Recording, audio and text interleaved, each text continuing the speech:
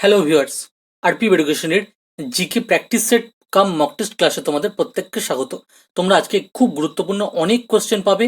ঠিক আছে, খুব দ্রুত অ্যারেঞ্জ করেছি, তোমাদেরকে প্রোভাইড করব একদম ফ্রি অফ কস্ট। দেখো, GK mixed upcoming WBSSC group C, group D এবং এসএলএসটি পিটির জন্য খুব গুরুত্বপূর্ণ হচ্ছে এই ক্লাসটি, এবং অন্যান্য আপকামিং এক্সামের জন্য কিন্তু প্র্যাকটিস সেট ক্লাসটা গুরুত্বপূর্ণ। এখানে মনে রাখবে, দ্রুত অ্যারেঞ্জ করেছি, এটা কিন্তু প্র্যাকটিস সেট কাম মক টেস্ট। ঠিক আছে, যেহেতু অনেকগুলো কোশ্চেন, চলো কথা না বাড়িয়ে শুরু করছি। প্রত্যেকে তোমরা দ্রুত অ্যান্সার করবে, প্রত্যেকটি অ্যান্সার বলে দেওয়া। প্রথম কোশ্চেন তোমাদের জন্য, 1 নম্বর কোশ্চেন, বঙ্গভঙ্গের সিদ্ধান্ত কোন বছর কার্যকরী হয়? 1902, 1904, 1903, 1905। তোমরা প্রত্যেকে 3 থেকে 4 সেকেন্ডের মধ্যে অ্যান্সার করার চেষ্টা করো, ভিডিওর কমেন্টই হোক, লাইভ চ্যাটই হোক। ঠিক আছে, সঠিক উত্তর কি হবে? রাইট আনসার বলে দিচ্ছি, একদম বেশি টাইম নেওয়া যাবে না, কারণ অনেক কোশ্চেন। 1905 অর্থাৎ 1905 সালে। ঠিক আছে, বঙ্গভঙ্গের সিদ্ধান্ত বলেছে কোন বছর কার্যকরী হয়, মানে শুরু হচ্ছে একদম কাজটা, সেটা হচ্ছে 1905 সাল। নেক্সট কোশ্চেন দেখে নাও। 2 নম্বরে বলছে, দার্জিলিংয়ে খাদ্যদ্রব্য সেদ্ধ করতে, মানে সিদ্ধ করার জন্য বলছে, বয়েল করার জন্য এতে কেন বেশি সময় লাগে? দার্জিলিং অর্থাৎ পাহাড়ি অঞ্চল, এইভাবে মানে তোমাদের এলাকাটা উল্লেখ করে দিতে পারে। খুব বেশি ঠান্ডা, বায়ুর চাপ বেশি, বায়ুর চাপ কম, সৌরশক্তি কম বলে দার্জিলিংয়ে খাদ্যদ্রব্য সেদ্ধ করতে কেন বেশি সময় লাগে? কি হবে রাইট আনসার? বায়ুর চাপ কম বলে।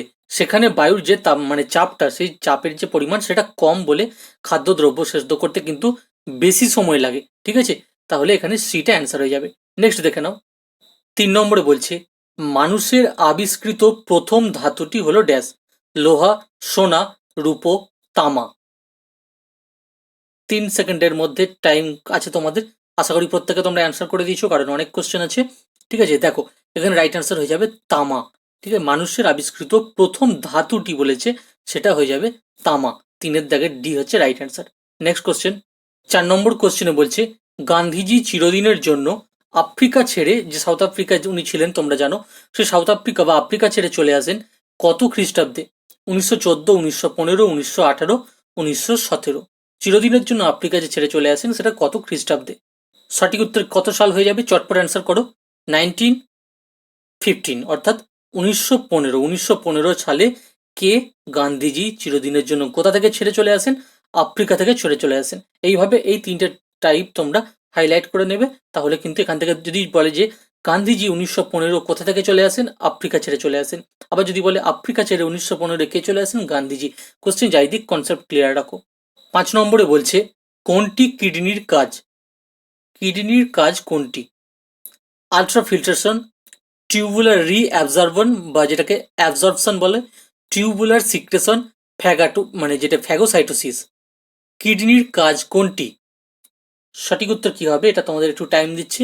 দেখো, কিডনির কাজ হয়ে অপশন হয়ে যাবে অপশন ডি, ফ্যাগাসাইটোসিস বা ফ্যাগোসাইটোসিস।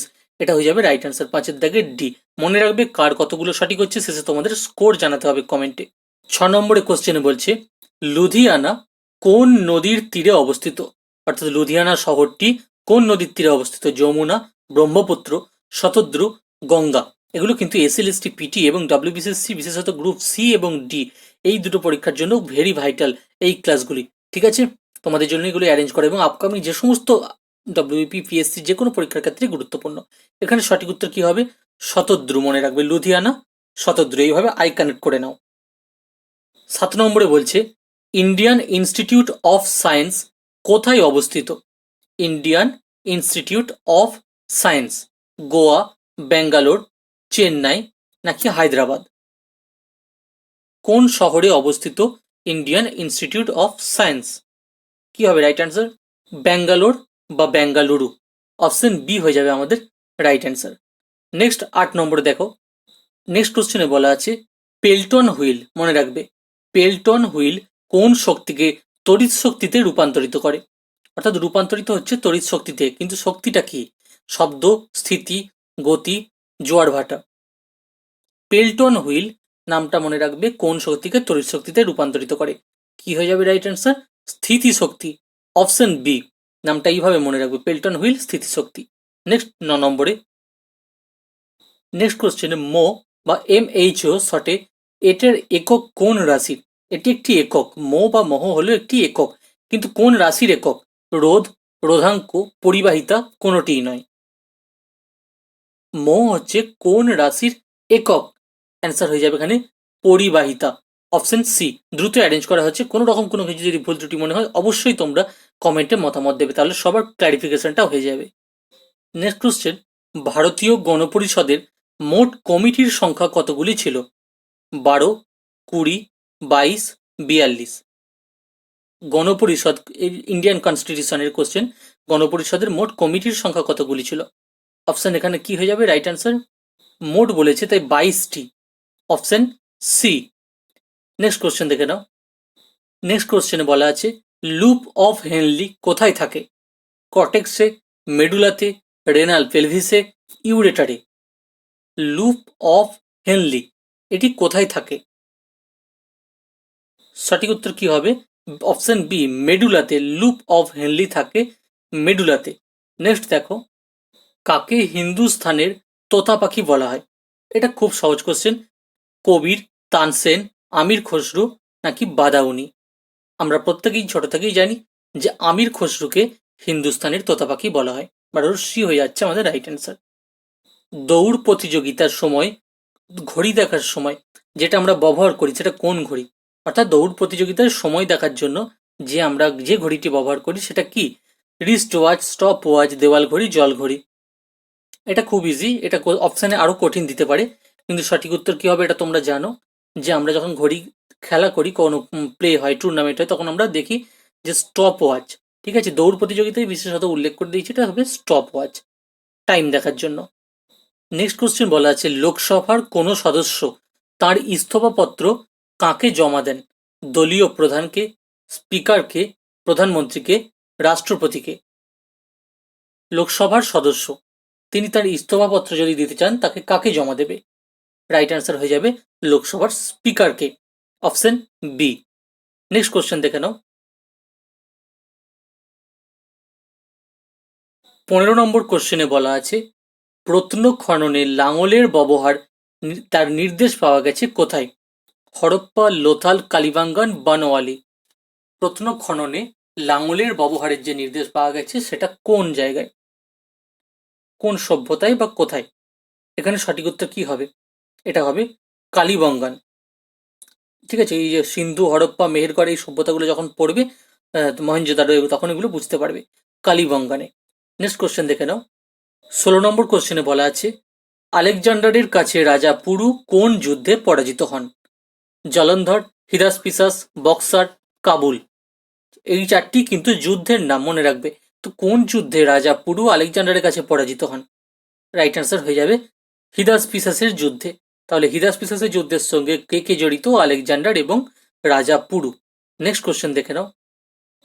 বলছে কত ডিগ্রি সেন্টিগ্রেড উষ্ণতায় 1 কেজি বিশুদ্ধ জলের আয়তন 1 লিটার হয়? 1 degree C, 4 degree C, 2 degree C, 6 degree Celsius. কোনটি হবে রাইট অ্যান্সার? কত ডিগ্রি সেন্টিগ্রেডে এই চারটি, 1, 4, 2, 6, এই চারটি সেন্টিগ্রেডের মধ্যে কত উষ্ণতায় 1 কেজি বিশুদ্ধ জলের আয়তন হবে 1 লিটার? এটা অ্যান্সার হয়ে যাবে 4 ডিগ্রি সি, বা 4 ডিগ্রি সেন্টিগ্রেড উষ্ণতায়। নেক্সট কোশ্চেন দেখে নাও। ভারতের কোন বন্দরে যুদ্ধ জাহাজ তৈরি হয়? হলদিয়া, প্যারাদ্বীপ, মাজাগাঁও, মারমাগাঁও। কোন বন্দর? এই চারটি কিন্তু বন্দরের নাম। তো এই চারটি বন্দরের মধ্যে যুদ্ধ জাহাজ তৈরি হয় কোন বন্দরে? মাজাগাঁও বন্দরে। অপশন সি হয়ে যাচ্ছে রাইট অ্যান্সার, ভারতের যুদ্ধ জাহাজ তৈরি হয় এই বন্দরে। নেক্সট, বৈদিক যুগে রাজারা যে রাজস্ব আদায় করতেন, কোন যুগে? বৈদিক যুগে। তার নাম কি ছিল? কর, বর্মন, বিধাতা বা বিদাথা নাকি বলি? যুগটা বলছে বৈদিক যুগ। সঠিক উত্তর কি হয়ে যাবে? চটপট অ্যান্সার জানো, 3 সেকেন্ডের মধ্যে টাইম। আশা করি তোমরা প্রত্যেকে 3 সেকেন্ড কভার হয়ে গেছে, অ্যান্সার করে দিয়েছো। বলি, অপশন ডি হয়ে যাবে অ্যান্সার। নেক্সট কোশ্চেন দেখো, পাকিস্তানের প্রধান নদী কোনটি? শতদ্রু, বিপাশা, চিত্রাল, সিন্ধু। প্রধান নদী কোনটি পাকিস্তানের? অ্যান্সার কি হবে? অপশন ডি, সিন্ধু। ঠিক আছে, পাকিস্তানের প্রধান নদী অপশন ডি এখানে হয়ে যাচ্ছে। নেক্সট দেখো, কোন দেশের মাঝ বরাবর নিরক্ষরেখা গেছে? গ্যাবন, কেনিয়া, ক্যামেরুন নাকি অপশন ডি ঘানা। কি হবে রাইট অ্যান্সার? মাঝ বরাবর, কোন দেশের মাঝ বরাবর নিরক্ষরেখা গেছে? অপশন বি হবে এখানে উত্তর, কেনিয়া। ঠিক আছে, 21-এর বি হয়ে যাবে উত্তর, কেনিয়া। জৈন ধর্মের শেষ তীর্থঙ্কর কে ছিলেন? মহাবীর, পার্শ্বনাথ, ঋষভদেব, অরিষ্টনেমি। জৈন ধর্মের শেষ তীর্থঙ্কর কে ছিলেন?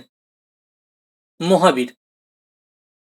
তোমরা দ্রুত অ্যান্সার করার চেষ্টা করবে, অপশন এ মহাবীর। নেক্সট দেখো, সমতল দর্পণে রশ্মির কোণ আপাতন কোণ বা রশ্মির আপাতন কোণ কত হলে রশ্মির চ্যুতিকোণ 90 ডিগ্রি হবে? দর্পণ বলেছে, সমতল দর্পণে, ঠিক আছে, সেই সমতল দর্পণে রশ্মির যদি আপাত কোণ বা আপাতন কোণ কত হলে রশ্মির চ্যুতি কোণ 90 ডিগ্রি হবে? চারটি অপশন, 90 ডিগ্রি, 180 ডিগ্রি, 45 ডিগ্রি, নাকি কোনোটিই নয়। এই চারটি ডিগ্রির মধ্যে কত ডিগ্রি হলে আমাদের সমতল দর্পণে রশ্মির আপাতন কোণ, রশ্মির চ্যুতি মানে কত হবে, বা রশ্মির চ্যুতি কোণ 90 ডিগ্রির সমান? এই কোশ্চেনটা বিভিন্ন টাইপের ঘুরিয়ে দেয়। প্রথমে বলে রশ্মির চ্যুতিকোণ 90 ডিগ্রি হবে কত হলে সমতল দর্পণে, বা বিভিন্ন টাইপের আছে। এখানে রাইট অ্যান্সার হবে 45 ডিগ্রি।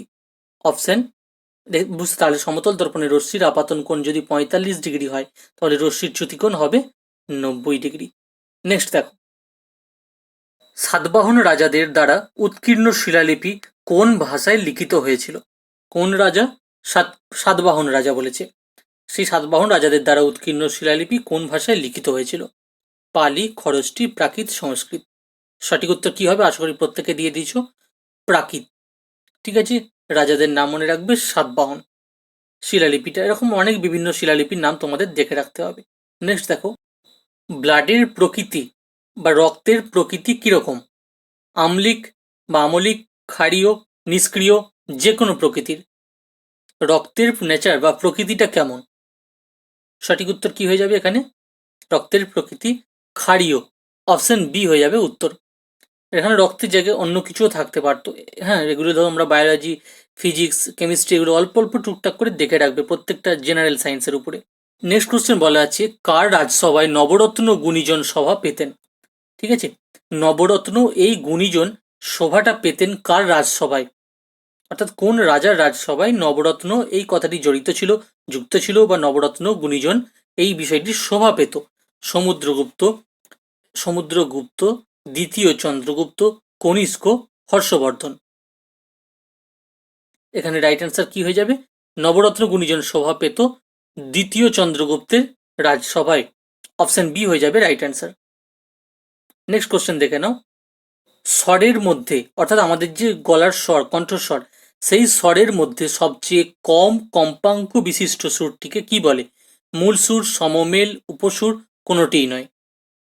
স্বরের মধ্যে সবচেয়ে কম কম্পাঙ্ক বিশিষ্ট সুরটিকে বলা হয় মূল সুর। অপশন এ কম কম্পাঙ্ক বিশিষ্ট মূল সুর।